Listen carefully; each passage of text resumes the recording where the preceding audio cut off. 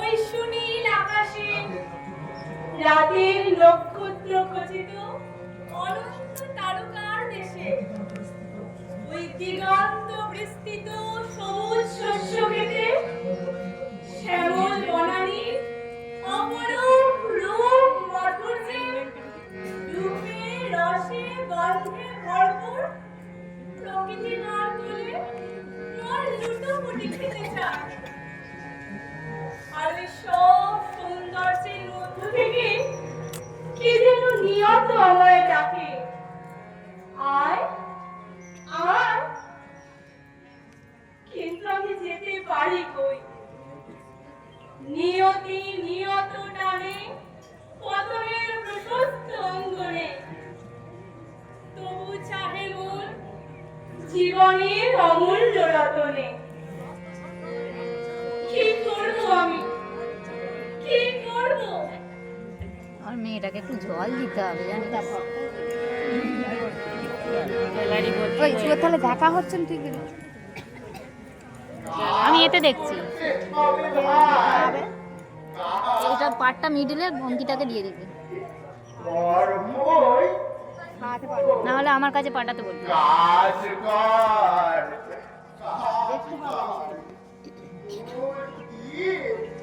মানুষের সেবা কর, সেবা করবো? আমি লেখাপড়া জানাবে তার উপর মা চণ্ডীর কৃপায় মানুষের সেবার কাজ পেয়েছিস ভাই। মন দিয়ে মানুষের সেবা কর। কার সেবা করবো? কেন কেন এই মাটি মানুষের সেবা করবি? দেখছিস না সব সব এই মাটি থেকে উঠছে, আবার এই মাটিতে মিশে যাচ্ছে। মাটি ছাড়া আর আছে কি ভাই? কি বলছো দাদু? বুঝতে পারছিস না? এই দেখ সুনীল মাস্টার কতটুকুই বা বয়স, আমার হাঁটুর বয়সী হবে। এমন রূপ, এত গুণ, এমন পুত্র কন্যা নিয়ে সুখের সংসার সব মাটি হয়ে গেল গো, সব মাটি হয়ে গেল। মাটি শ্মশানে উঁচু হয়ে আছে একটুখানি মাটি। এই বয়সে এই গ্রামের কত মানুষকে মাটি হয়ে যেতে দেখলাম। মাটি হয়ে গেছে আমার আপন জনেরা। তবে এই জীবনের পরিণতি কি তবে মাটি? না, মন তো মেনে নিতে পারে না দাদু। একদিন দেখবি তোর সামনে দাঁড়িয়ে থাকা এই দাদুটা ওই শ্মশানের মাটি হয়ে গেছে। দাদু, ওসব বলে মন খারাপ করে দিও না। বাবা, আর মন খারাপ করে কাজ নেই। আমি আমি ওই সুনীল মাস্টারের ঘরে যাব। সাধ্য শান্তির বিষয়ে ওরা কেন ডেকেছে দেখি। আমি যাই তুমি ভাই, আমি যাই।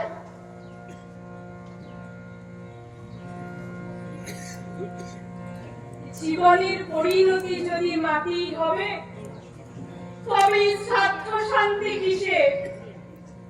গীতাতে বলেছে আত্মা অমর। না না, মৃত্যুতে জীবনের সবকিছু শেষ হয়ে যেতে পারে না। তবে আমি কেন তাদের হারালাম? কেমন কেমন যেন সব ভুলিয়ে যায়। মনে পড়ে বারবার। বিনু, শ্রীহরি সত্য, শ্রীহরি নাম সত্য। তাকে আশ্রয় করে থাকতে হয়, তাহলে তার কৃপায় আর কিছু হারাবার ভয় থাকে না। মন তাই তো সব সময় শ্রীহরিকেই খুঁজে বেড়ায়।